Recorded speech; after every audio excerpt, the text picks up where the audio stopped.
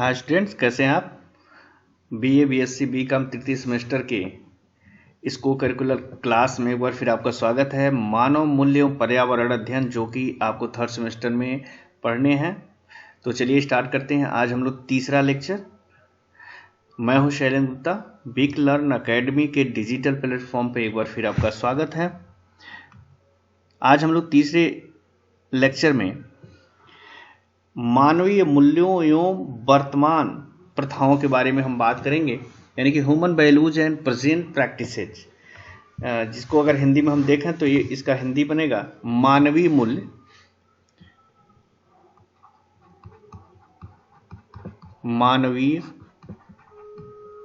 मूल्य एवं वर्तमान प्रथाएं।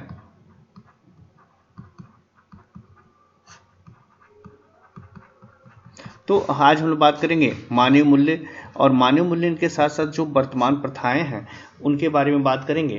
तो यह वर्तमान प्रथाएं क्या होती हैं? तो मानवीय मूल्य को व्यापक रूप से मानव व्यवहार के रूप में हम अभी तक परिभाषित करते चले आ रहे हैं। यानी कि एक तरह से हम मानवीय मूल्य को यह मान सकते हैं कि जो मानव का व्यवहार है, मानव का जो व्यवहार है यही मानवीय मूल्य है। मानवीय मूल्य क्या है? जो मानव का व्यवहार है उसी को हम दूसरे रूप में मानवीय मूल्य कह सकते हैं। और आधुनिक मानव समाज सामाजिक एवं नैतिक मूल्य, जो सामाजिक व नैतिक, जो नैतिक मूल्य है, सामाजिक और नैतिक जो मूल्य है उसी के अभाव में विकसित नहीं हो सकता। सामाजिक और नैतिक मूल्य के अभाव में जो आधुनिक मानव समाज है वो विकसित नहीं हो सकता है। ठीक है, जो किसी भी समुदाय के सामूहिक जीवन के लिए बहुत ही महत्वपूर्ण एक घटक है।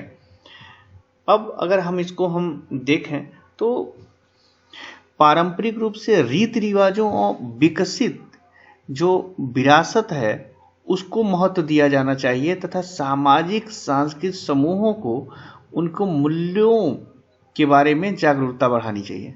ठीक है, तो इस तरह से जो हमारा वर्तमान प्रथा है वह बहुत हद तक मानवीय मूल्य पर आधारित है। चलिए अगला हम लोग टॉपिक देखते हैं, वो है करप्शन इश्यू। जो आज मानवीय मूल्य है उसको बहुत हद तक जो प्रभावित कर रहा है वह है करप्शन इश्यू, यानी भ्रष्टाचार के मुद्दे। जो भ्रष्टाचार है,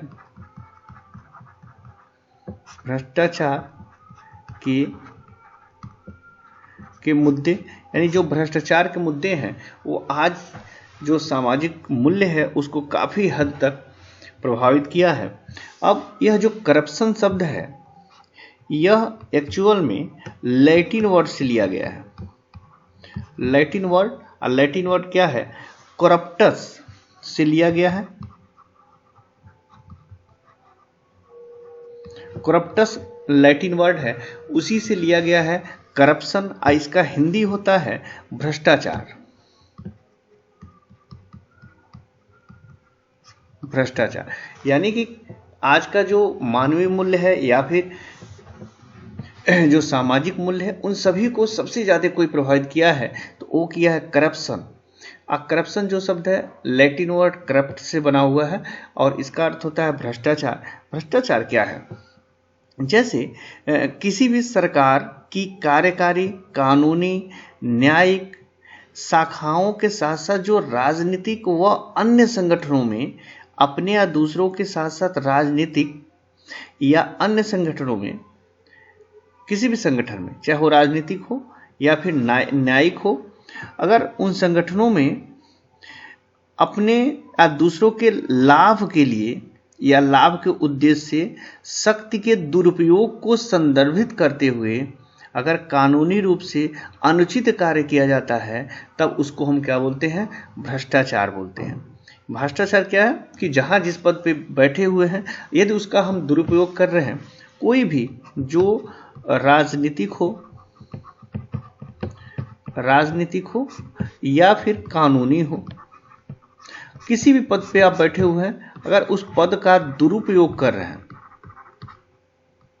अगर उसका दुरुपयोग कर रहे हैं और उस दुरुपयोग से जो सोसाइटी है, जो समाज है, प्रभावित हो रही है, तब इसी को हम क्या बोलते हैं?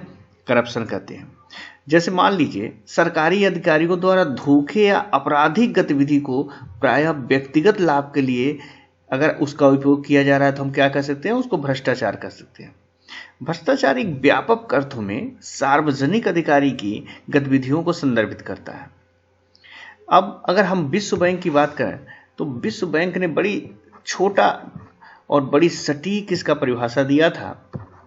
जो विश्व बैंक है बहुत छोटा सा परिभाषा दिया था और उसने ये कहा कि निजी लाभ के लिए अगर सार्वजनिक कार्यालय का उपयोग करते हैं तब उसी को हम भ्रष्टाचार कहते हैं। यानी निजी कार्य के लिए अगर हम सार्वजनिक पद पर बैठ करके उनका हम व्यक्तिगत उपयोग करते हैं तब उसको हम क्या बोलते हैं? करप्शन कहते हैं।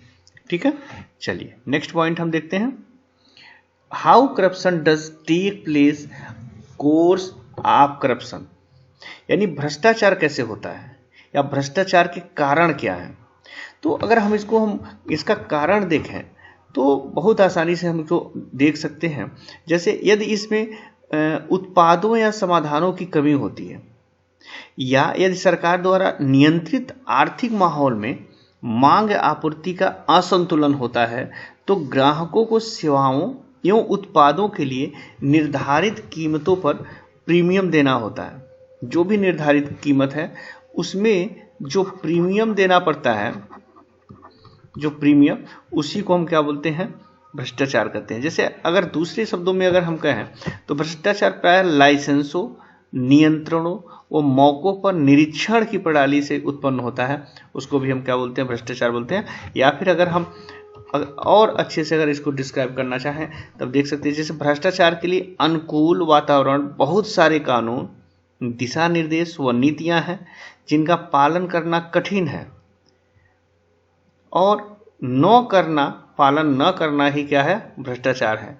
जैसे या फिर हम दूसरे शब्दों में कह सकते हैं कि जैसे कम वेतन वाले जो क्लर्क हैं या बाबू हैं उनको रिश्वत दी जाती है ताकि वो काम को जल्दी कर दें, तब भी यह क्या है? एक तरह से करप्शन है।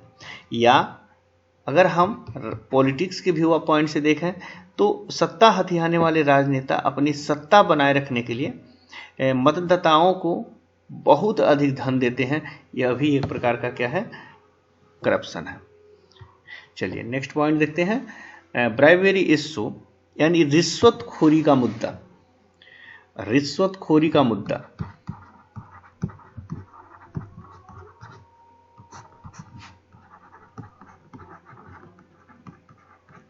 रिश्वतखोरी का मुद्दा क्या होता है? जैसे रिश्वतखोरी एक आपराधिक तथा भ्रष्ट प्रथा है। यह एक्चुअली में क्या है? आपराधिक या भ्रष्ट प्रथा होता है जहां पे एक इकाई किसी निगमित या सार्वजनिक अधिकारी को निर्णय लेने की प्रक्रिया को प्रभावित करता है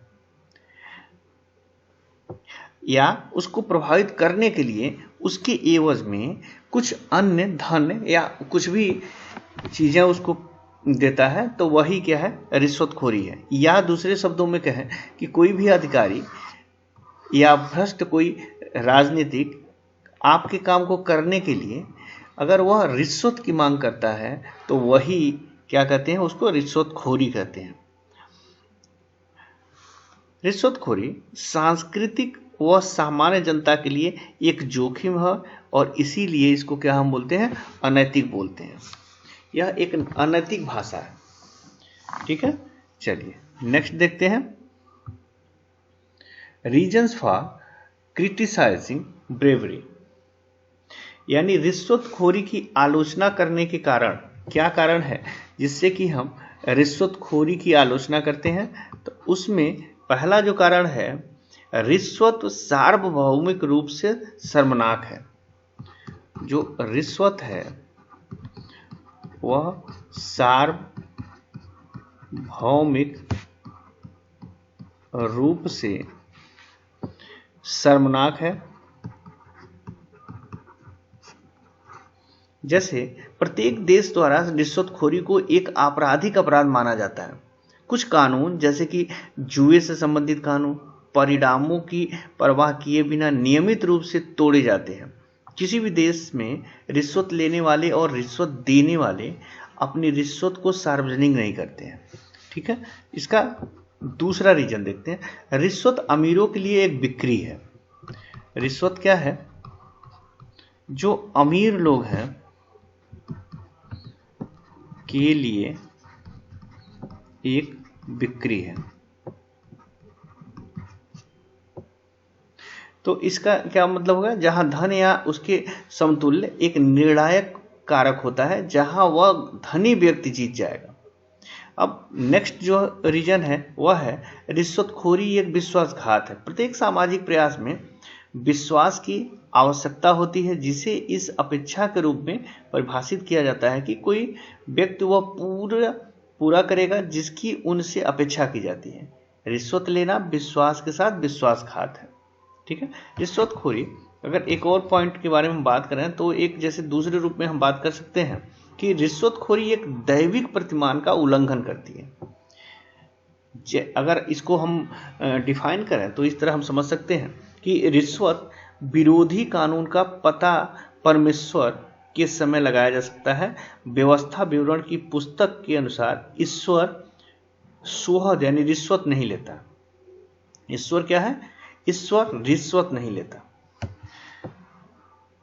चलिए नेक्स्ट पॉइंट अगर हम देखते हैं, remedies measures to combat bribery, यानी कि रिश्वतखोरी से निपटने के क्या उपचार हैं। तो ये तो निपटने के बहुत आसान तरीके हैं, जैसे अनुपालन की संस्कृति। अनुपालन की संस्कृति। अनुपालन की संस्कृति का क्या अर्थ है? जैसे एक व्यापक रिश्वत विरोधी नीति को संगठन के सभी स्तरों से पूर्ण समर्थन प्राप्त होना चाहिए और साथ ही इसे सभी कर्मचारियों पर लागू करना चाहिए। दूसरा क्या है? वह है संचार एवं प्रशिक्षण। संचार एवं प्रशिक्षण। संचार और प्रशिक्षण का मतलब हो गया कि यदि आवश्यक हो तो इसे विभिन्न भाषाओं में संगठन के भीतर उचित प्रकार से परिभाषित नीति को व्यापक रूप से वितरित किया जाना चाहिए। तीसरा क्या है? और वह है सुसंस्कृत स्वतंत्र निरीक्षण। क्या है? स्वतंत्र निरीक्षण।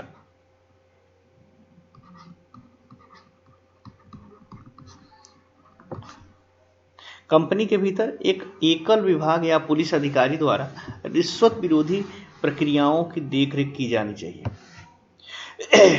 अगर इसको और देखें तो उचित परिश्रम,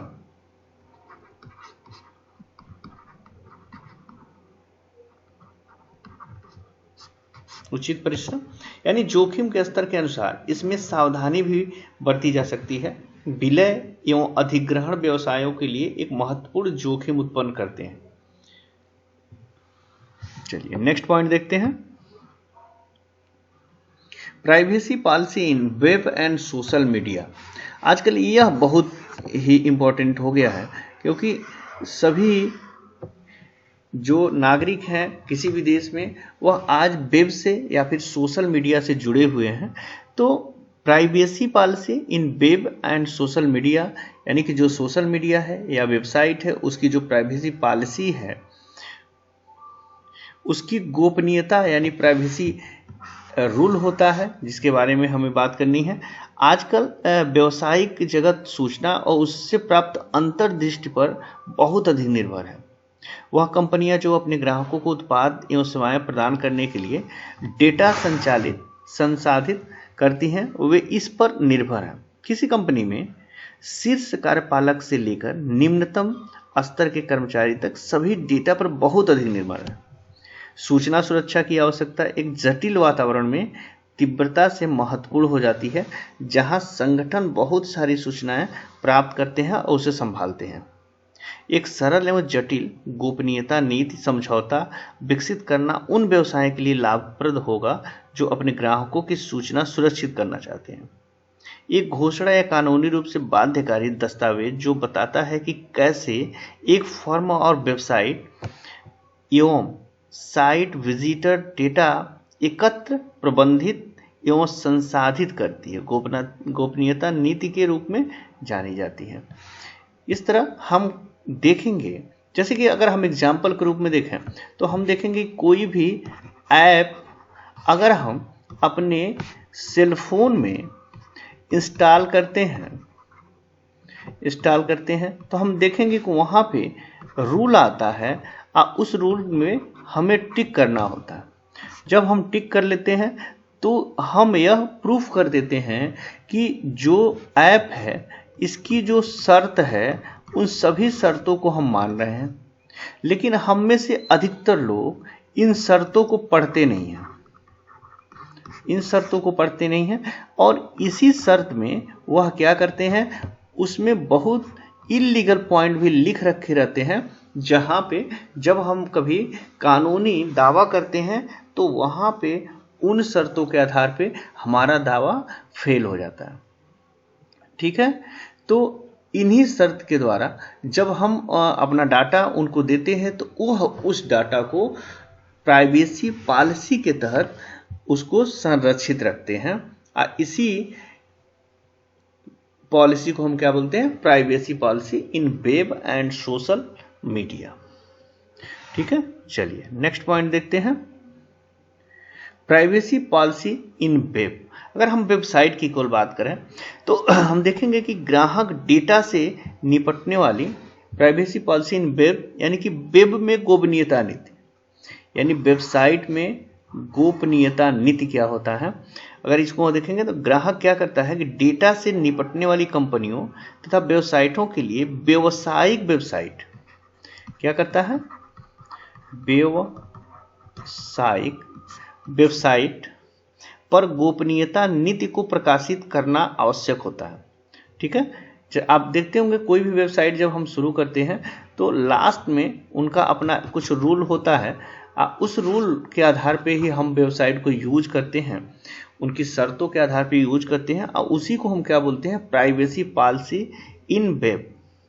जैसे एक वेबसाइट या एक एप्लीकेशन या एक मोबाइल फ़ोन या सेल फोन या मोबाइल एप्लीकेशन या डेस्कटॉप कंप्यूटर सॉफ्टवेयर प्रोग्राम का जो उस स्वामी होता है, जो उस व्यवसाय का मालिक होता है, वह अपने ग्राहकों के लिए एक पॉलिसी निर्धारित रखता है और उसी पॉलिसी के आधार पर ही वह अपने सभी एप्लीकेशन को हमें प्रोवाइड कराता है और उसी पॉलिसी के आधार पर हम यूज करते हैं।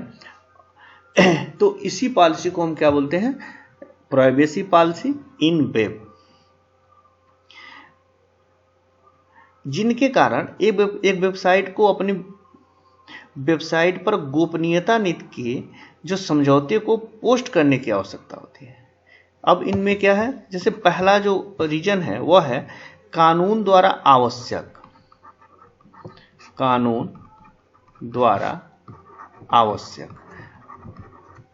यानी कि यह जो गोपनीयता नीति है उसको वेबसाइट में क्यों देना पड़ता है, इसलिए देना पड़ता है कि यह जिस देश में होते हैं उस देश के कानून के द्वारा बाध्य होते हैं कि यदि उस देश में आप अपना एप्लीकेशन यूज करने के लिए पब्लिक को दे रहे हैं तो उसमें जो शर्तें हैं वो साफ साफ आपको लिख देना है और जो गवर्नमेंट के नॉर्म है उसके आधार पे ही आपका जो सॉफ्टवेयर है वह होना चाहिए। तो जैसे व्यवसाय न केवल अपने ग्राहकों के डेटा की सुरक्षा के लिए कानूनी रूप से भी बाध्य है, बल्कि उन्हें अपनी सूचना की स्थिति एवं स्वास्थ्य के संबंध में भी सूचना जो उन्हें सूचित करना रहता है वह भी एक आवश्यक कड़ी है। संपूर्ण विश्व की अगर बात हम कर रहे हैं तो पूरे विश्व के राष्ट्रों ने अपने नागरिकों के जो नागरिक हैं उनके डेटा और गोपनीयता को संरक्षित करने की आवश्यकता को मान्यता प्रदान की है।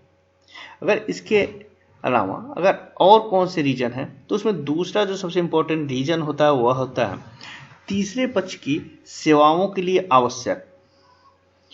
तीसरा पक्ष, जैसे कि मान लीजिए यदि वे अपनी सेवाओं का उपयोग करते हैं तो जैसे मान लीजिए एप्पल है, गूगल है, अमेजॉन है, इसी तरह के कुछ ऐसी वेबसाइटें हैं जिनके लिए साइट एवं एप्लीकेशन स्वामियों को गोपनीयता नीति अनुबंध पर हस्ताक्षर करने की आवश्यकता होती है।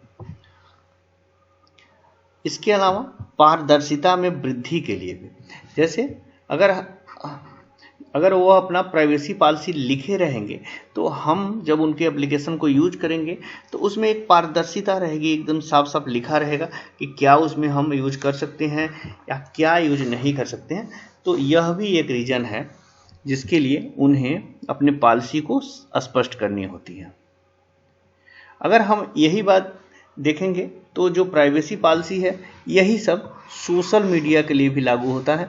जो प्राइवेसी पॉलिसी वेबसाइट के लिए होता है वही सोशल मीडिया के लिए होता है कि जैसे गोपनीयता की शर्तों को पढ़ना और समझना, यह जो यूज कर रहा है उसका काम होता है। जो भी उस एप्लीकेशन को यूज कर रहा है उसका पहला काम होता है कि गोपनीयता की जो शर्त है उसको पढ़े, उसको समझ ले, अगर उसको वो फॉलो कर सकता है तब उस ऐप का यूज करें।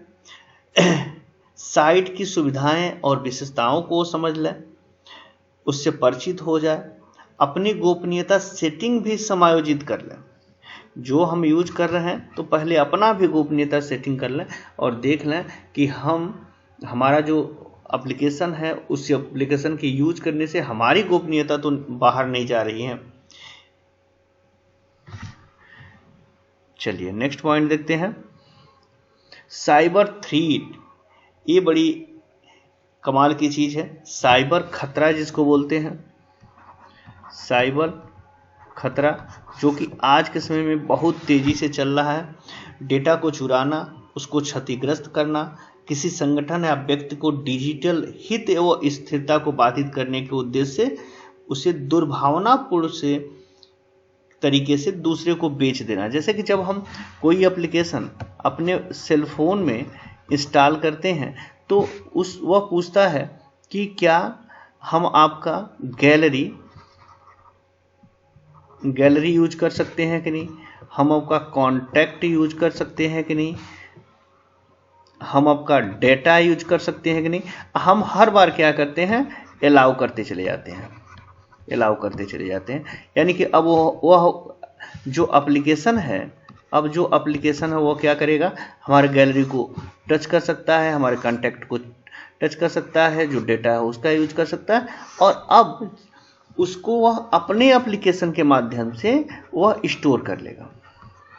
अब यह दुर्भावनापूर्ण, अब क्या करेगा, दुर्भावनापूर्ण यह किसी थर्ड पार्टी को, यानी हमारे और एप्लीकेशन के अलावा जो तीसरा पार्टी है उसको यह बेच सकता है। अब बेचने से हमारा जो गोपनीयता है और जो हमारा डेटा है वह खतरे में पड़ सकता है। अब डेटा का उल्लंघन, कंप्यूटर वायरस, सेवा से इनकार और विभिन्न अन्य हमले वेक्टर साइबर खतरे से कुछ उदाहरण है जिनके द्वारा हमारे डाटा पर हो सकता है। तो कभी कभी क्या होता है कि हमारा पूरा कॉन्टैक्ट लिस्ट जो है वह डिलीट हो गया। डिलीट नहीं होता है, एक्चुअल में क्या है, जब वो ट्रांसफ़र होता है तो हमारा डिस्ट्रॉय हो जाता है। तो ऐसे ढेर सारे जो साइबर थ्रेट हैं, हमारे डाटा हैं वो चोरी कर लिए जाते हैं, हमारे मोबाइल को डेड कर दिया जाता है। इस तरह के ढेर सारे जो हैं ये सभी साइबर खतरा में आते हैं। नेक्स्ट हम देखेंगे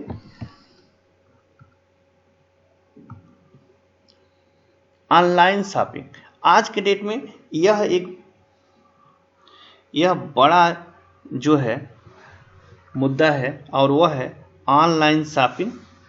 यानी कि ऑनलाइन शॉपिंग का मतलब हो गया कि जब हम घर बैठे वेबसाइट का यूज करके हम अपनी वस्तुएं मंगा लेते हैं तो उसी को हम क्या बोलते हैं, ऑनलाइन शॉपिंग बोलते हैं। ऑनलाइन शॉपिंग क्या है, एक प्रकार की यह भी शॉपिंग की है। जैसे जब हम मार्केट में जाते हैं और किसी भी शॉप से या स्टोर से हम सामान को खरीद लेते हैं तो यह फिजिकल हम पहुंच करके सामान खरीदते हैं। ठीक वैसे ही हम ऑनलाइन किसी वेबसाइट पे जाके वहाँ पे पैसा पेमेंट करके और वहाँ से सामान खरीद लेते हैं। 1 या 2 दिन में कोरियर के द्वारा हमारे पास पहुँच जाता है, तो उसको हम क्या बोलते हैं, ऑनलाइन शॉपिंग बोलते हैं। ऑनलाइन शॉपिंग एक प्रकार की शॉपिंग है जो लोगों को अपने घरों में आराम से वस्तुएं क्रय करने की अनुमति देता है। ग्राहकों को सही उत्पाद खोजने के लिए विभिन्न दुकानों पे जाने की भी आवश्यकता नहीं होती। यह अति उत्साही बिक्री व्यक्तियों से निपटने की समस्या को हल करता है। अब इसमें ग्राहकों को चेकआउट काउंटर पे लंबी लाइन में खड़े होने की भी आवश्यकता नहीं होती है। भारत में ऑनलाइन शॉपिंग का चलन तेजी से बढ़ा है। आप देख भी रहे हैं कि जो ऑनलाइन शॉपिंग है वो बहुत तेजी से भारत में बढ़ रहा है, और बढ़ने के कारण ही हमारा जो ऑफलाइन मार्केट है वह थोड़ा सा इनके आने से थोड़ी सी डाउन हुई है। भारत में ऑनलाइन शॉपिंग का चलन अगर बढ़ रहा है तो दूसरी तरफ ऑफलाइन जो शॉपिंग है वो थोड़ा सा कम हो रहा है। तो क्योंकि ऑनलाइन शॉपिंग द्वारा प्रदान की जाने वाली जो सुविधा है वो बहुत अधिक है, क्योंकि वहाँ पे हम बड़े पैमाने पे वह बिक्री करते हैं। उनके पास अकेले एक शॉप है जहाँ पे पूरे देश में बिक्री कर रहे हैं। तो इससे क्या है कि उनके पास बल्क में सामान बिक्री होता है, और बल्क में होता है तो उस पर ढेर सारे डिस्काउंट दे देते हैं, और इससे क्या है कि जो सामान है वो बहुत से ऐसे सामान हैं जो बहुत सस्ते हो जाते हैं। लोगों को ऑनलाइन शॉपिंग करने के लिए आकर्षित करने